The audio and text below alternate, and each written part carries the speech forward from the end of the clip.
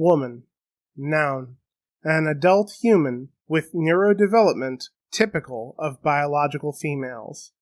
This definition is accepted by most biologists and neurologists who study gender identity, and has even been proposed as the basis for legal sex recognition. In the description of this video, you will find a link to a Google Doc with my bibliography. Numbers running along the bottom of the screen correspond to my references for each claim. The rest of this video will be dedicated to defending this definition using peer-reviewed scientific sources.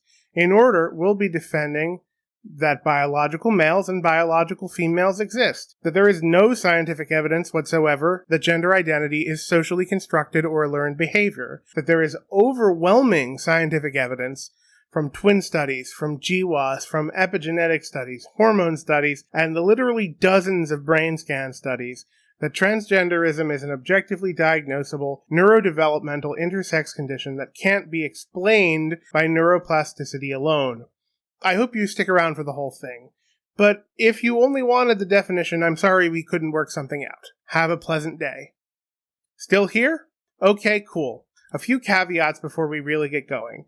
I have a master's degree in biology, and I hold doctoral candidacy in geology, which is the equivalent of a master's in geology, with a concentration in natural history and evolution. I am an evolutionary biologist by research. My research is in statistical models of evolution. Writing the first chapter of my dissertation is the reason this video didn't come out during Pride Month like I had hoped to have it out.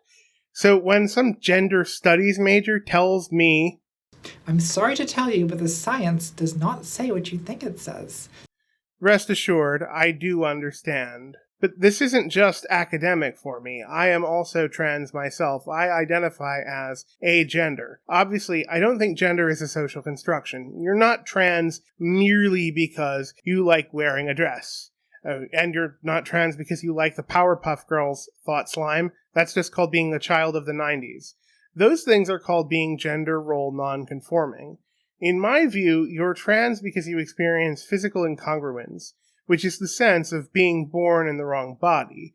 For me, I experience myself as a genderless being inhabiting a biologically male body. I also occasionally experience physical dysphoria, which is anxiety and depression caused by being born in a male body, though I manage it with therapy. I can't begin to speak for those people whose dysphoria was so severe, medical transition was their only option, and I don't intend to speak for them. I do, however, believe the science I'm presenting in this video is the best argument for trans acceptance.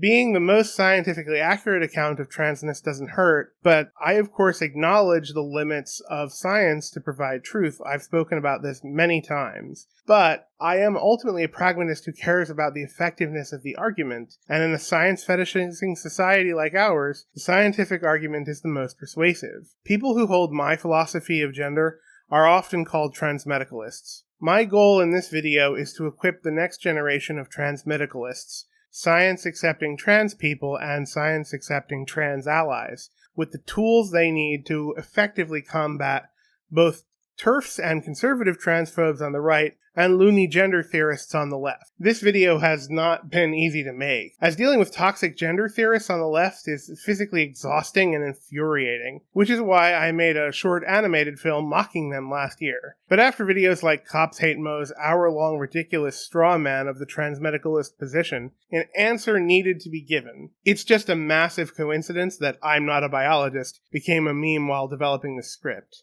Part 1. Transphobes' Arguments.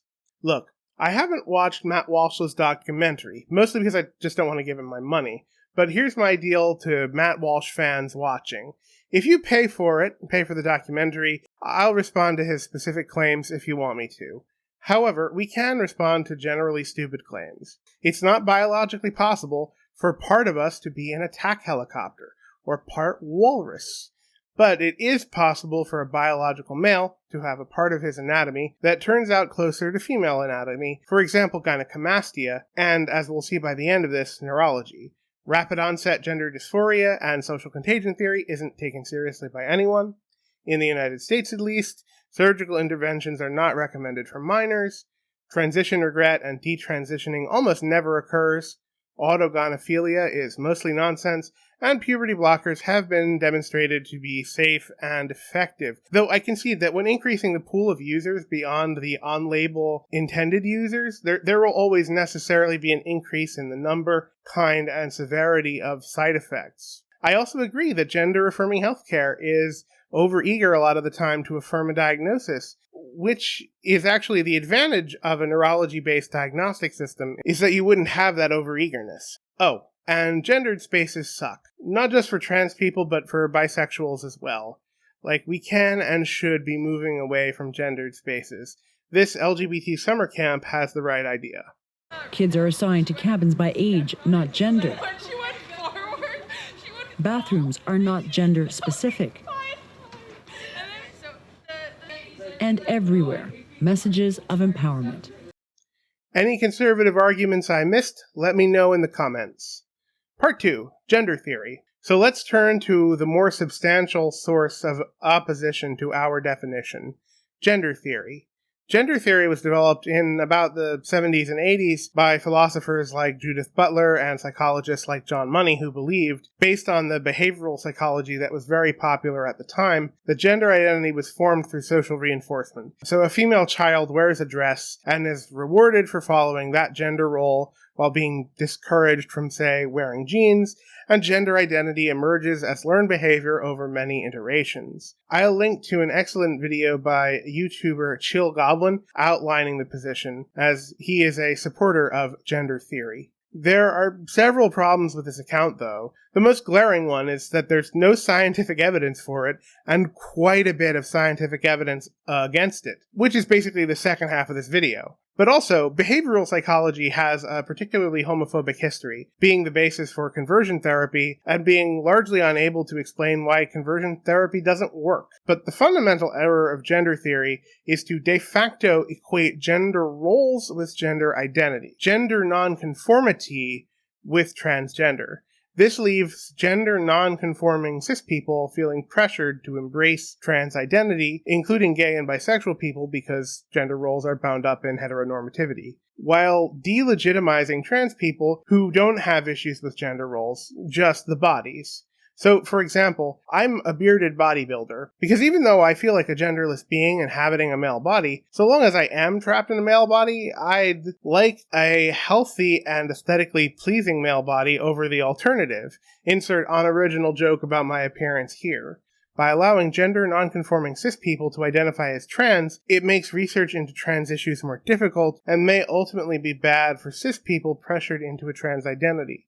Gender theory also tends to portray trans people as brave rebels, resisting gender conformity, which should be especially worrying, given feminist subculture's history of political lesbianism, which was the idea that sexual orientation is a choice, and feminists should become lesbians, and there is an emergence of political transness, the idea that gender identity is a choice, and we should choose to be non-binary if we're good feminists. This, I think, has us perhaps a bit worried for good reasons. Before we proceed, we need to talk a little bit about science denialism, because gender theorists are often accused of being science deniers, which they are, but we need to talk about why exactly.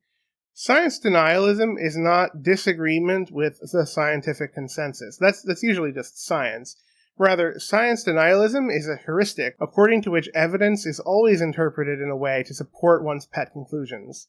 So, for example, if, hypothetically, girls were found to have a statistically significant preference for playing with dolls, one could argue that these girls had been merely socially conditioned to prefer dolls.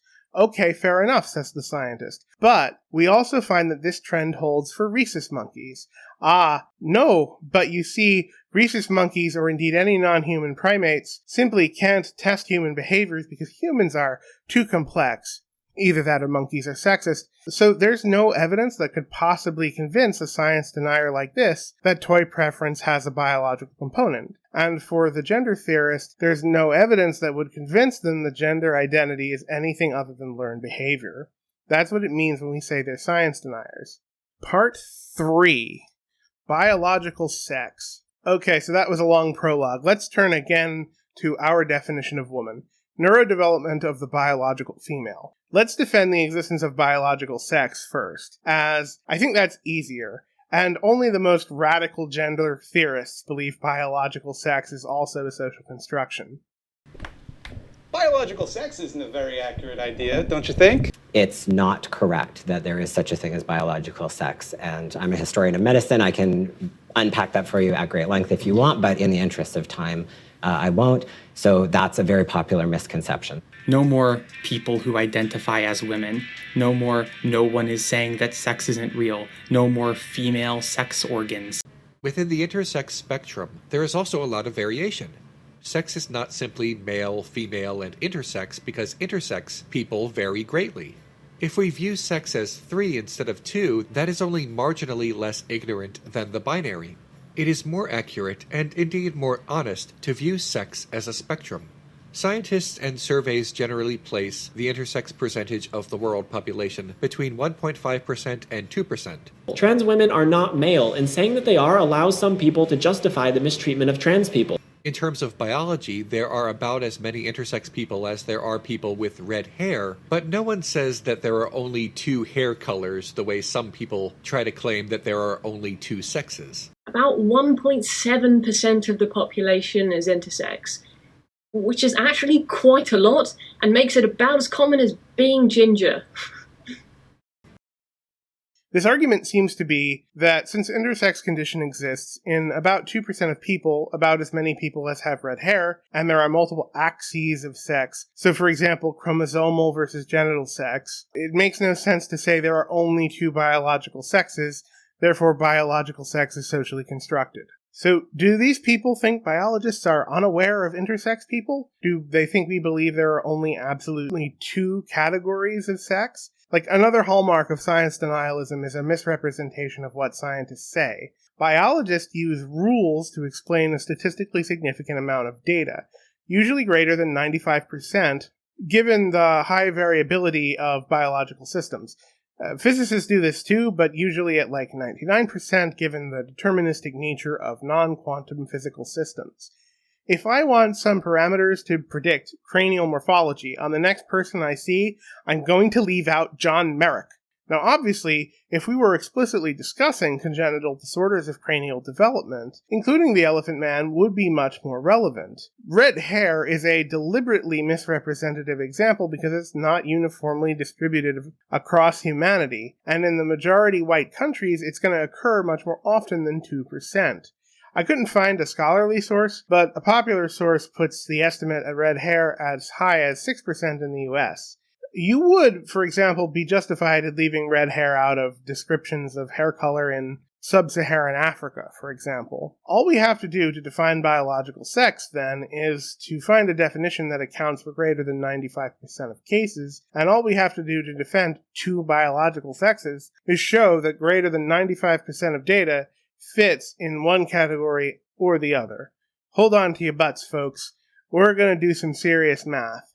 We'll start with the assumption that, for every axis of sex considered, 98% of individuals will have values typical toward their sex assigned at birth. Let's call them SAB typical. While 2% of people will be SAB atypical, having intersex values or values consistent with the other sex. We will also assume axes of sex are independent of each other. So chromosomal SAB atypicality will be independent of genital atypicality, etc. Now, this is probably not the case, but if it's not the case, it's actually better for my side. So by giving this assumption, I'm handicapping myself. Obviously, for a single axis of sex, 2 biological sexes meets our criteria for a biologically valid definition, right? Because it's 98% of data. But how do multiple axes of sex interact with each other? Well, conveniently for us, our assumptions fit the definition of a binomial distribution, which makes calculations quite easy. So, on this graph, anything below the green line can be left out of the biological definition of sex. Anything below the red line could be left out of a physics definition for sex, were there such a thing as a physics definition for sex. We see that slightly greater than 95% of individuals are SAB-typical at 2 axes of sex. We can define, therefore, a biological sex as being SAB-typical on both axes of sex, or virtually no intersex occurring. When we move up to 3 axes of sex, though, we see that our probability has dropped for being complete, and we see 2 out of 3 is more common, above 5%. So in this chart, SAB atypicality has to be accounted for. We say that sex can be defined as being SAB typical on at least 2 of the 3 axes. And going all the way up to 7 axes of sex, biological sex means being sex typical on at least 6 of 7 axes of sex. Now, it's true that as the number of sex axes approaches infinity, a binomial distribution will converge on a Gaussian distribution, but even at 100 axes of sex, we can still define biological sex as sabtypicality on at least 95 axes, with the mode being sabtypicality on 97 axes out of 100 axes of sex. So it seems like the more axes of sex we have, the greater the absolute number of intersex individuals increases, but the relative number of intersex individuals decreases, and the stronger the signal of biological sex becomes. To make this point stronger, let's do a simulation in R. I simulated 10,000 people. 50% are assigned female at birth, 50% male. I then sampled values from this symmetrical distribution. 98% of the values were sampled from the SAB typical side, 2% from the SAB atypical side. True intersex lies between the red lines. It's 1% of one distribution and 1% of the other. So for reasons that will be clear momentarily, let's put this distribution on this scale. I then computed a row total of the sampling. Think of this as a measure of maleness or femaleness. So this is just 1 axis of sex, and here's 2 axes of sex, and here's 3 axes of sex, and finally here's 4 axes of sex. More than that started to tax my RAM. Again, we see, contrary to what the gender theorists tell us, increasing the number of sex axes exaggerates the differences between the sexes rather than obscures them, and decreases the relative rate of intersex conditions, not increases them. Finally, I'm going to use an unsupervised classification algorithm to characterize my simulated 10,000 people. Computers don't have intersex phobic biases. Computers are not social. They are not capable of socially constructing anything. The computer will assign everyone a sex based on data alone. The algorithm will also compute the most parsimonious number of sexes. If biological sex is a statistical reality, the computer will calculate 2 or at most 3 sexes as being the most parsimonious.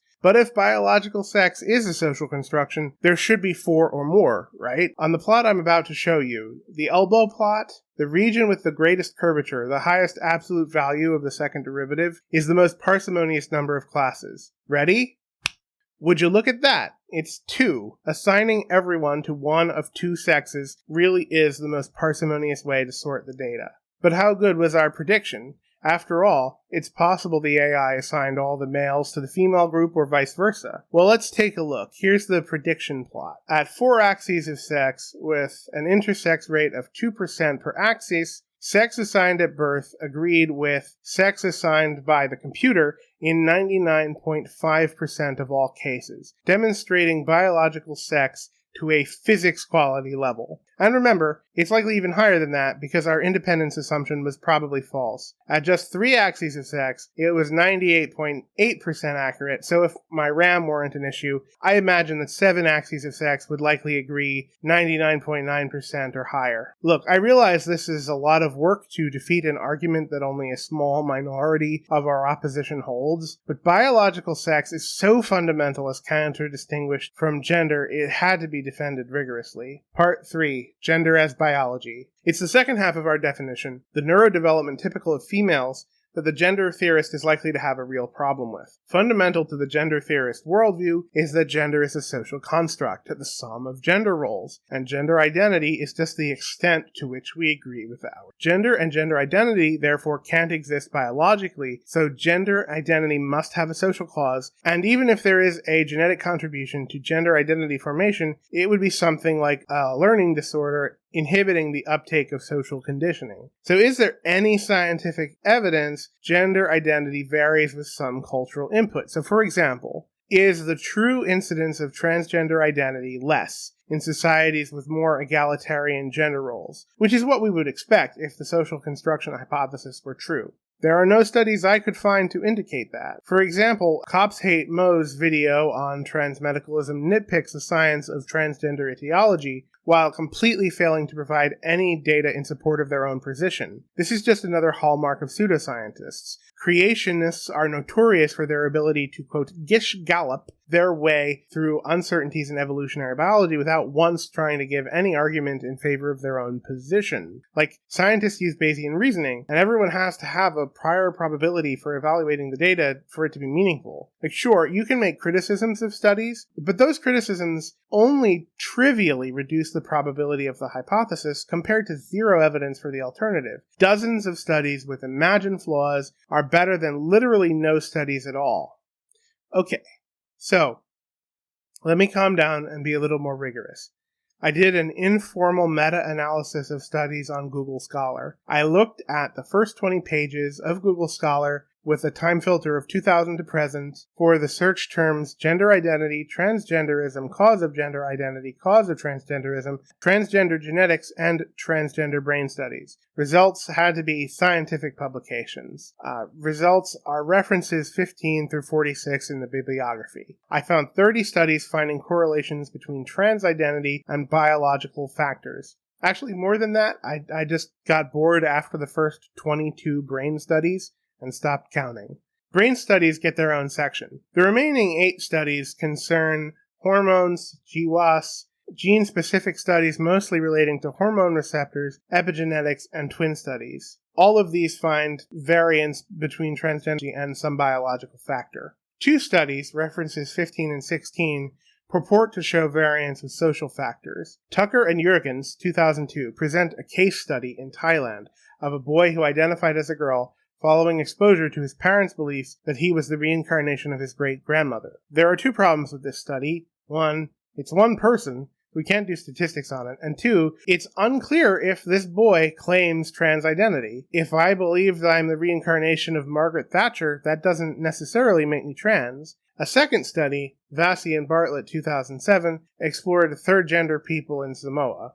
It does not show instances of transness are more common or less common in Samoa than elsewhere, though. And these studies are quite old, close to the cutoff of my meta-analysis. It seems like modern science has completely abandoned social causes of gender in favor of biological ones. There is no evidence I could find gender identity is any kind of learned behavior. Part 4. Brain scan studies. There have been many brain scan studies of the transgender population, see references 22 through 46. These studies pretty much all say the same thing. Cisgender people formed loose clusters of male and female, where trans people cluster as intersex, but for binary trans people closer to their gender identity than their sex assigned at birth. Trans people are also more likely to have underconnection in regions of the brain associated with brain-body mapping and self-identity. After hormone therapy, trans people exhibit stronger connectivity in brain-body mapping and cluster even more closely to our identified gender. These results fluctuate based on controls, sample size, and specific trait measured, whether we're looking at gross anatomy or histology or functional performance. But this is the overwhelming trend of these studies. This graph from Kurth and colleagues 2022 is pretty representative. Trans women are women because their brains are anatomically and functionally closer to biological females than biological males, part 2 of our definition. So what's the problem? Well, to quote the gender theorists, another big issue we come across is the fact that brains change. Neuroplasticity is the ability of the brain to change its wiring, usually as a result of injury or other biological forcings. The feminization and increasing connectivity of trans women's brains after HRT is an example of neuroplasticity. But neuroplasticity can also happen as a consequence of learning. So, says the gender theorists, it's gender identity that causes the brain differences, not the other way around. Setting aside that this would be an easily testable hypothesis, just scan the brains of pre-socially transitioned trans women. Remember, any explanation of these brain differences in trans women have to account for both the feminization and the underconnectivity of brain-body mapping. So the gender theorist is proposing, Before social transitioning, trans women had masculine brains with highly connected brain-body maps, then socially transitioned, causing an intersex to slightly feminine brain, while their brain-body mapping completely falls apart, only to be saved by HRT, which further causes brain feminization and restores the brain-body map. Not only does this model not comport with the experience of trans women who report a stronger sense of self-identity even after going through social transition alone, it's just less parsimonious than the more obvious explanation, which is that trans women were born with both neurological traits and may or may not be improved with social transitioning, but they are both definitely helped by chemical neuroplasticity. Or, to quote the same study as that graph I showed you a second ago, all transgender women included in this study were confirmed to be genetic males who had not undergone any gender-affirming hormone therapy. Thus, these transgender women have been subject to the influence of androgens and grown up, at least until a certain age, environment that presumably treated them as males. This combination of male genes, androgens, and to some degree, male upbringing should ordinarily be expected to result in a male-typical brain, making a female-typical brain anatomy extremely unlikely. Yet, the brain anatomy in the current sample of transgender women is shifted toward their gender identity, an observation that is at least partially in agreement with previous reports. Or to put it even more succinctly, androgen insensitivity isn't a learned behavior. Part 5, AI Studies, and the Death of the Social Hypothesis. If gender identity were socially constructed, if it really were just how much we identified with gender roles, then gender identity should be reliably predicted by a quantified gender role identification scale, right? And this should be more reliable than any other method, including brain scans, right? Well, the BEM sex role inventory is a major metric of gender identification in terms of identifying with one's gender roles. Basically, human brains can't be sorted into two distinct gender categories. There is no such thing as a male and female brain. There is no reliable way of knowing whether a brain is male or female. Well, AI studies can reliably predict biological sex and gender identity from brain scans alone, in most cases about 66% accurate. But Clemens and colleagues 2020 in particular evaluated these AI predictions against AI predictions based on the BEM sex role inventory, and the brain scan AI won. So not only are brain scans a good predictor of gender identity, brain scans are a better predictor of gender identity than how much you relate to your gender roles. If that's not a mic drop against gender theory, I don't know what is. Part 6. Gender roles. So remember the hypothetical rhesus monkey and dolls experiments in the beginning? Well, that experiment is not hypothetical. Social toys are preferred by female primates, including humans, at a statistically significantly higher rate than male primates. And indeed, there's a lot of gendered behavior that is cross-cultural and found in our nearest evolutionary relatives, and even our distant evolutionary relatives, suggesting convergent evolution of these behaviors. Another excellent example is mate guarding, when usually males protect their female mates from threats. Generally, yes, but more specifically from other potential mates. We all know the dude bro who rages out if his girlfriend even so much as talks to another male, or the white knight neckbeard defending milady's honor. Human males who engage in this behavior are more likely to have a lower sperm count, even if they don't know it, so this behavior is pretty obviously a physiological response. To borrow some Marxist terminology, it seems like normative gender roles are a superstructure built on the substructure of evolutionarily induced gendered behavior. Or going back to that chill Goblin video. I think it's reasonable to ask that everything you consider biologically innate to males and females, you can put that in the sex category. Everything else, everything dictated by culture, put that in the gender category. And when you do that, one thing you'll start to notice is that in almost every situation in your entire life, gender is the only one that's important. The idea that all girls must play with dolls, society box. That girls prefer playing with dolls, biology box. The idea that men have a moral duty to protect women, society box. That many men feel a strong urge to protect women, biology box. I bring this up for two reasons. First, I've been acting as though gender identity and gender roles are completely separable. But to clarify, it seems like both gender identity and gender conformity probably have strong biological influences. It's just that the biological origins of gender conformity are not well understood at this time. Perhaps transmedicalism is too limiting a term for a science-accepting philosophy of gender. I'm thinking gender materialism to go with the Marxist theme. The second reason is radical feminism's war on gender roles invariably shames people who feel a strong urge to conform to gender roles, which again seems to be biologically based. Look, I want sex and gender equality too. We shouldn't pressure girls to play with dolls if they don't want to. But my idea of gender equality doesn't tell little girls they're wrong or furthering patriarchy for playing with dolls.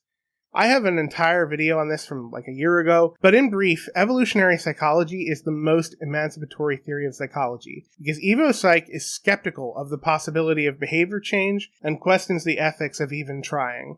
Gay behavior is natural. Autistic behavior is natural. You can't change these behaviors, and trying is wrong. Likewise, we can extend this to an analysis of gendered behaviors. Trying to get little girls to give up playing with dolls is likewise as unethical as conversion therapy. Part 7. Miscellaneous stupidity. So here's some gender theorist stupidity that I just couldn't put anywhere else, but it needs to be said. The first is that transmedicalism, or I guess gender materialism more broadly, if we're going to go with that term, is somehow transphobic. But, where are the conservatives and the TERFs making arguments about transgender brains? If transgender brains really harmed trans people, we would expect these clowns to use it constantly. But they don't, because they know it gives us legitimacy. But you know who else believes gender is a social construction? TERFs. Here's a video where Matt Walsh argues gender identity is a learned behavior. Here's an article making the same neuroplasticity argument against the trans brains as the gender theorists do. No lie, I had to reread this article several times because it sounded indistinguishable from a gender theorist article until I got to the words pagan Gnosticism. And as it turns out, it's from a conservative Catholic organization with ties to focus on the family. It's gender theory that's transphobic by denying the innateness of gender identity, not the other way around. I've heard it said transmedicalism is internalized transphobia, either because it focuses too much on pain or because it focuses on disability, but dysphoria is painful to a lot of people, so please stop trivializing it. And that the idea that trans people might be neurodivergent or intersex frightens the gender theorist is just an indicator of gender theory's deep-seated ableism, which is definitely a topic we can talk about in the future. I've also heard it argued that because I've never had my brain scanned, I don't know if my definition of gender applies to me. If you've never seen your brain and the doctor who diagnosed your gender dysphoria didn't look at it, then tell me, Tiffany Tumbles, how do you know that you have a female brain? But we diagnose neurological differences all the time from behavior alone. It would be prohibitively expensive to brain scan everyone who we wanted to diagnose with, say, autism. We can rely on science that has been done on a representative sample for other people, and we do this for practically everything in medicine. Finally, set stupidity levels to maximum for the idea that biological sex and or gender binary is white supremacy, because insert random indigenous culture here had a two-spirit people or whatever. Transmedicalist assumptions about transgender identities reinforce the Western gender binary, which is born in white supremacy and misogyny. But here's a radical claim for you. Indigenous people were sometimes wrong about medicine. Is it racism against Chinese people not to snort tiger penis for erectile dysfunction? It's just absurd. Part 8. Conclusions. This script has taken over a year to write. I hope you can see why. There was so much research that had to be waded through, so much bullshit that had to be fact-checked, so many calculations just to defend the idea of sex. I had to stop so often because I got so angry, too angry to continue, at the anti-science absurdities coming from both sides. And you want me to wade through an hour of this shit cops hate Mo? Just give up transmedicalism, they say, and you'll be completely accepted by the trans community. The people who would really accept you don't care about scientific validation, they say. You are already valid. Okay, fine. But, I don't want to be accepted into your cult if it means giving up what logic and my conscience tells me is true. But for the past few years, it's been conservative idiots shouting, "You trans folks are crazy, I'm an attack helicopter," and the trans community and gender studies majors and sociologists, a pseudoscience in my view, but more on that later, shouting back, "Biological sex is white supremacy. Woman is a social category one can choose." Somebody had to be the voice of reason, and I felt like I was qualified to do so. So I did, and I'm going to continue fighting against lunacy on both sides. That's all for me today. I'm done. This has been the 100th scripted episode of Creepy Puppets Presents. In about 2.5 years, it's taken us a while to get here. So I'm going to sit back and take a little time to celebrate. Good night, folks. Take care.